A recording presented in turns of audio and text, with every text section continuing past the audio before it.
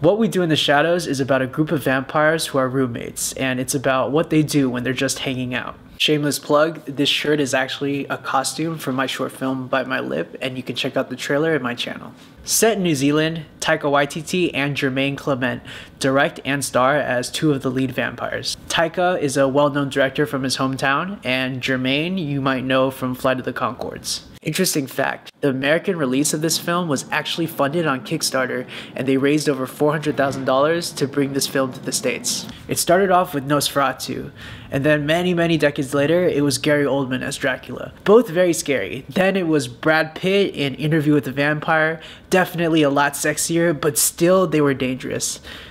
And then Twilight happened, and they became almost a boy band, and they just lost that edge that made them interesting. This film gives us the classical vampires, the one with superpowers that can fly, that can turn into bats, and this film is so much fun. It's also strange that these vampires with all their superpowers are still way more relatable than the Twilight vampires who could play baseball and stand in the sun.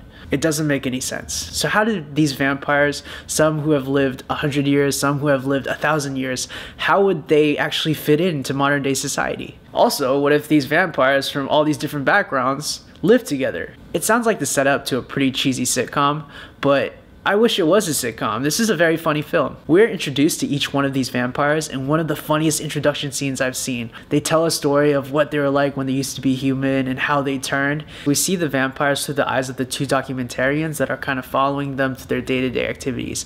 We never really learn much about the filmmakers within the film, and that's probably for the best because the vampires are very interesting and funny enough. Despite their vampire powers, they still struggle with the same things we do when we have to live with someone in such close proximity. They argue about mundane things like whose turn it is to take out the trash, or whose turn it is to scrape off the blood and the guts from the person you killed last night. They go through these very familiar arguments that anyone who's been to college or had a roommate can definitely recognize. Except when you and I argue, it's more passive aggressive. I might drink your milk or secretly use your towel to When these guys argue, they might yell or turn into bats and fight with their claws. Each of them still kind of carries the mindset they have when they're human and when they returned. We learn a lot more about the characters through these office type interviews where they just kind of sit down and talk about their thoughts and how they feel about the other people and what happened that day. Other mythologies are also not spared.